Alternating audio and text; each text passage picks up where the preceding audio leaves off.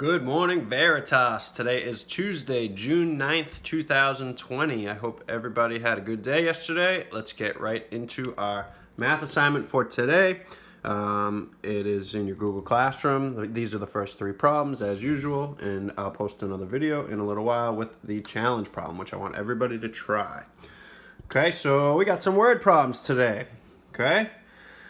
So I wrote some word problems because I want to make sure that you're not just guessing about what operation that you need to do, that we're drawing a little picture, we're really carefully drawing a model and thinking about what you need to do in order to solve this problem. Okay, so let's start with number one. It says a construction team uses 184 sheets of plywood for each house it builds.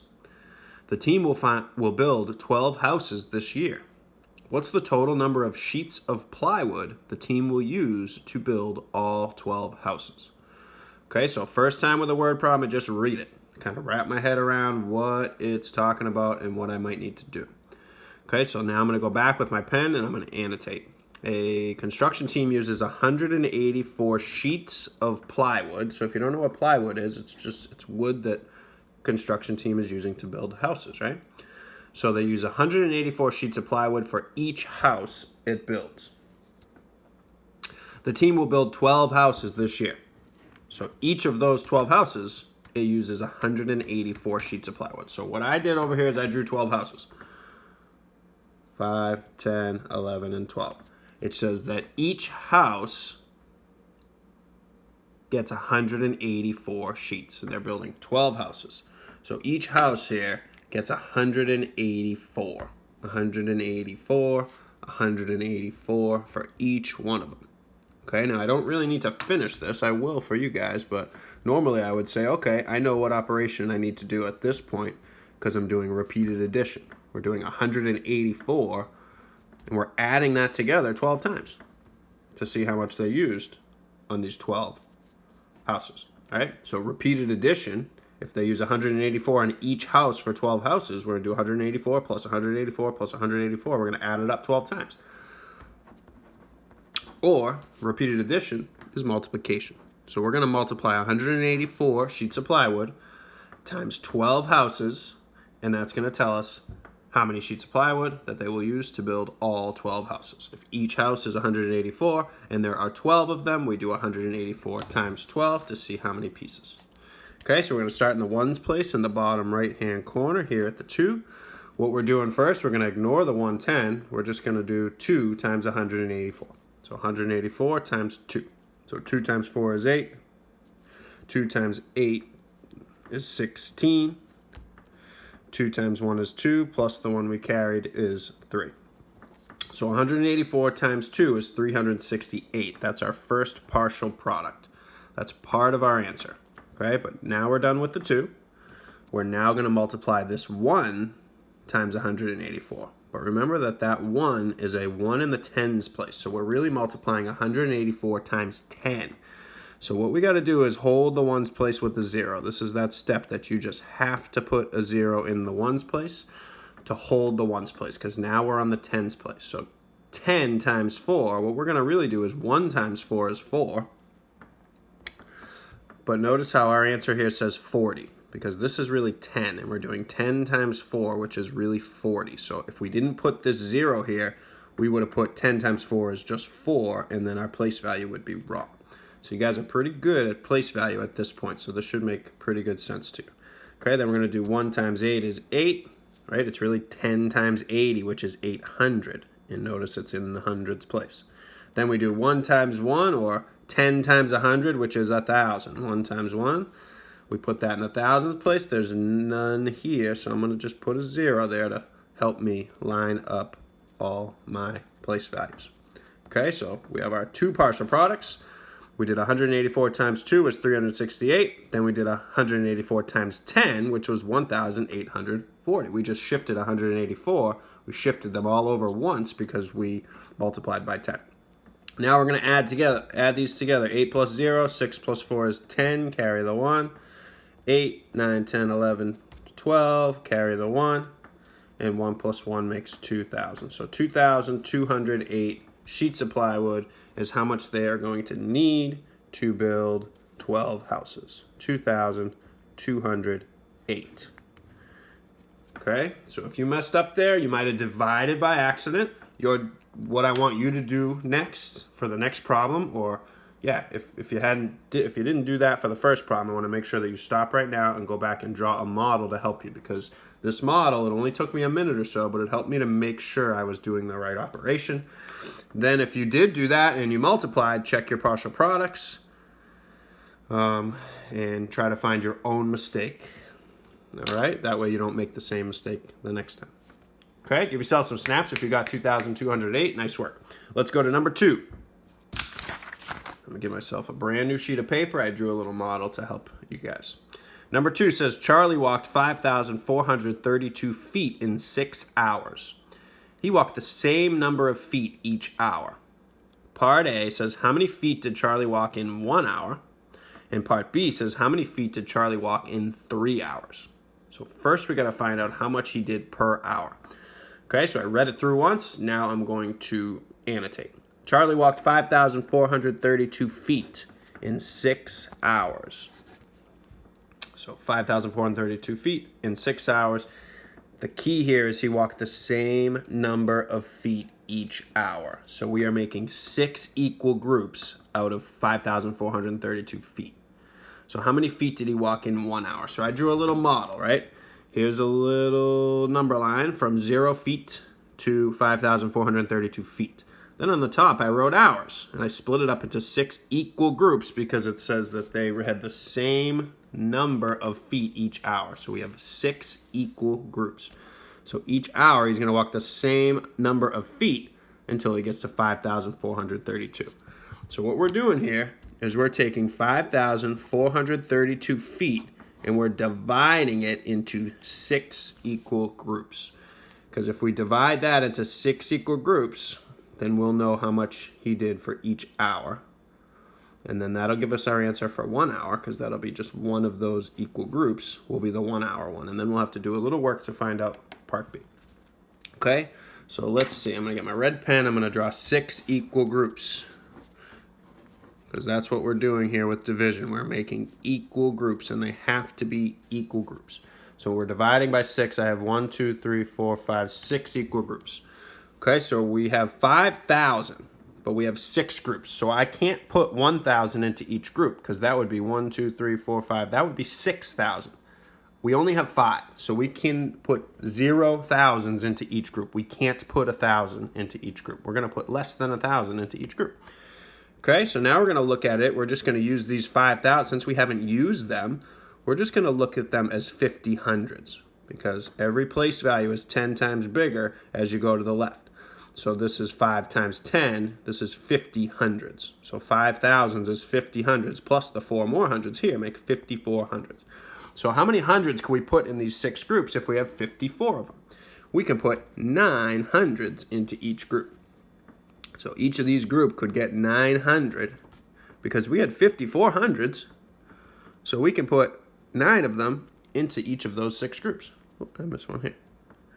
Okay, so 9 times 6 is exactly 54. So we used all of the thousands and we used all of the hundreds. We already used them. Here they are. We put 900 into each one. That used all these thousands and hundreds.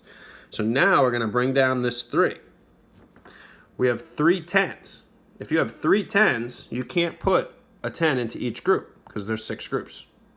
So you got to put a 0 here. You can't put any 10s right now into this group. Okay? 0 times 6 is 0. We haven't used any of them, so we still have 3 tens left. And now we're going to include it with the 1s. So instead of thinking it as 3 tens, we're going to look at those 3 tens as 31s, plus the 2 more make 32 ones. Okay, so if we had these 6 groups, we can put 5 into each group, because 5 times 6 is 30. And if we put 6 into each group, that would be 36. But we only had 32. So you got to put only 5 into each group. So I'm going to go put 5 into each one of these groups. Okay. 5 times 6 is 30. We'll subtract. We still have a remainder of 2. So the remainder becomes the numerator of our fraction. And the 6, our divisor, the number we divided by, the number of equal groups, becomes our denominator. So our answer is 905 and 2/6. That's how much he walked in 1 hour. Okay, it doesn't tell us to simplify, so we can leave it like that. 905 and 2/6. Or 905 2/6 is the same thing as 1/3. We can divide these both by 2 and you end up with 1/3. And since it didn't tell you to write it as a fraction, you could have just written it as 905 remainder 2. So any of those three answers would have been okay for this. Okay, 905 and 2/6, 905 and 1/3, or 905 remainder 2. Okay, the reason I like to write it as a fraction is because then we just had these remainder of 2. So if I drew 2 holes here, and if we were going to break those 2 remaining holes into 6 groups each, right? Each group can get 2. This first group can get these first 2. The second group here will get these 2/6. The third group will get these 2/6. The fourth group will get these 2/6. The fifth group will get these 2/6. And the sixth group will get those 2/6. And then both of those have been used. So 2/6 we put into each group. So the best way to put this as an answer, the most accurate way, the most precise way would be 905 and 2/6 or 905 and 1/3. Okay, so that's 1 hour. So we divided by 6. So each hour is 905 and 2/6. So the second part of this question says, how many feet did Charlie walk in 3 hours? So we already solved for 1 hour. Each hour was 905 and 2/6 feet.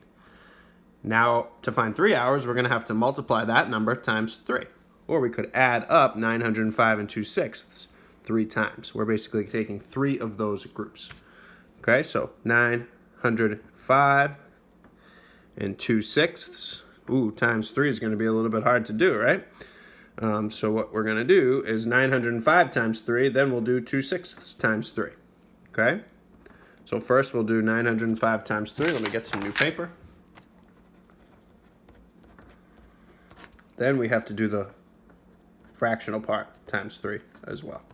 And we'll add those two together. So 905 times 3, 5 times 3 is 15. 3 times 0 is 0, plus 1 is 1. 9 times 3 is 27. Okay, so 905 times 3 is 2,715. Now, since we had a fraction, we have to multiply the fraction times 3 also. Okay, so you can write the whole number with a denominator of 1 because each of those holes is just one big piece. The denominator tells us how many pieces are in the hole. So we're going to multiply the numerators. 2 times 3 is 6. Multiply the denominator. 6 times 1 is 6. And look at that. 6/6 equals 1 more hole.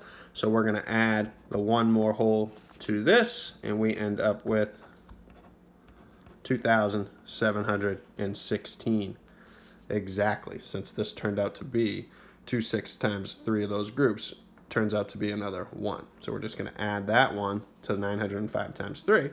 And we have 2,716. So that is the answer for part B. That was pretty tricky. So give yourself some snaps. If you got part B, awesome work. That was hard because you had to know that you needed to multiply 905 times 3 and also the 2/6, the fraction, times 3 as well. Then add those together. So that was pretty tricky. Nice job. All right, give yourself some snaps. Let me get some blank paper here, and we'll do our last problem. You guys are doing great. That took a long time today. Nice work. Number 3, what number can be used as a common denominator for 3/5 and 5/7? Only write the number on the line. So what number can be used as the common denominator for 5ths and 7ths? And it only wants us to write the number. So what denominator, what number can be used? What number can be used as a common denominator if we have 5ths and we have 7ths? So let's list our multiples of 5. You can just count by 5. 6, 7, 8, 9, 10. 11, 12, 13, 14, 15. You can just count on your fingers. 16, 17, 18, 19, 20. If you know your multiplication facts, though, this would be a lot easier for you. 20 plus 5 is 25. Plus 5 is 30. Plus 5 is 35. Plus 5 is 40. Plus 5 is 45. And I'll go all the way up to 10. So all I just listed here was 5 times 1, 2, 3, 4, 5, 6, 7, 8, 9, 10. Now I'm going to make a list with my 7s to see what can our common denominator be. So if I do the same thing with 7, I'm going to add 7 to find out what 7 times 2 is. Same thing, I'm just going to add 7, 15, 16, 17, 18, 19, 20, 21. And then I'm going to continue adding 7, add 7, add 7, add 7, add 7. 1, 2, 3, 4, 5, 6, 7, 8. 7 times 9 is 63. And add 7 makes 70. Okay, so now we have 7 times 1, 2, 3, 4, 5, 6, 7, 8, 9, 10. So what can be used as a common denominator? What number is in both of these lists? And it is 35. So 35 is the answer. That could be our common denominator. If we were going to make a common denominator for these, we would turn the denominator into 35, we turn this denominator into 35, and then we do the math for the numerators. Okay, but the question says what number can be used for the common denominator? That number is 35. So the answer is 35. Okay, give yourself some snaps if you got that. So the answer for number 1 was 2,208 sheets of plywood. Number 2, part A, was 905 2/6, or 905 1/3, or 905 remainder 2. Again, the fraction is the better answer for this. And part B is how many feet did Charlie walk in 3 hours? It was 2,716. That was tricky. And number 3, the answer was 35. Okay, I'm excited to see how you guys did on these. Submit your assignments and give yourself some snaps, and we'll talk to you later. Bye.